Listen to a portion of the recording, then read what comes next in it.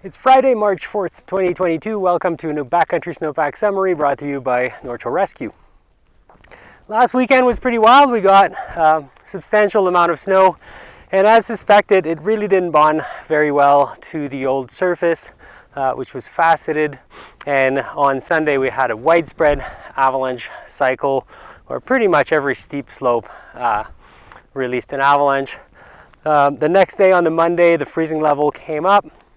We got some rain, and pretty much anything that hadn't slid on the Sunday slid on the Monday. Since then, there was a little bit more snow. In fact, at lower elevation, when we're talking about 11 to 1200 meters, the snowpack is essentially saturated for the first, top 30 centimeters. But we ventured a little bit higher up. Today we're around 1400, and we actually do have a fair bit of nice snow on the surface. It's shaping up to be a pretty spectacular weekend. The weaknesses that we were concerned about last week are settling, but facets on the North Shore is always a little bit of source of concern because we're not seeing those very often.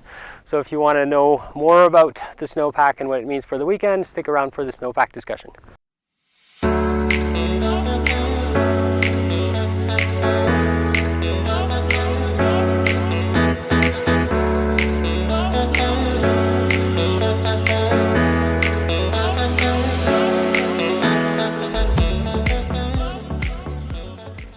This week we're on a southwest aspect at 1350 meters.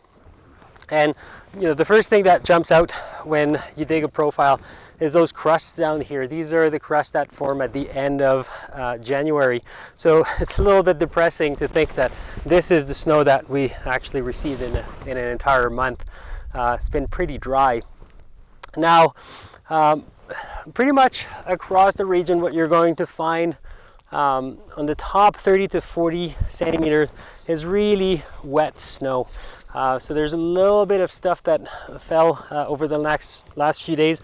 This is the snow that fell last weekend and then got rained on quite a bit. But the old interface is still visible, and you can see that the snow changes quite a bit from that wet snow that was new from last weekend from the old surface.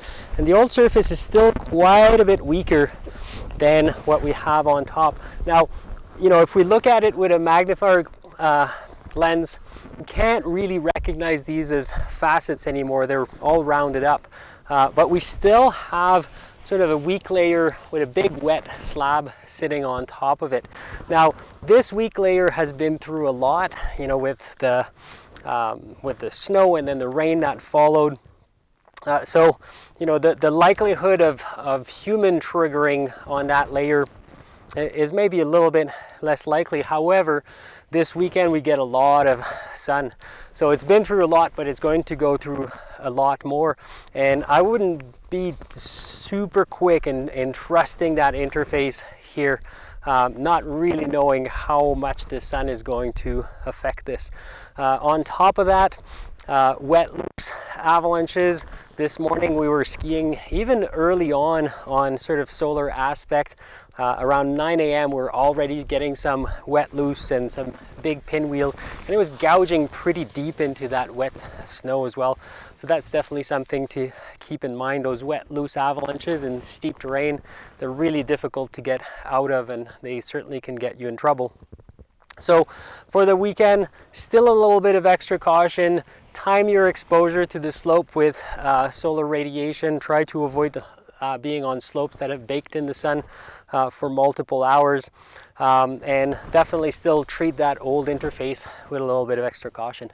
That's all I got for this week. Stay safe this weekend, and we'll see you next week.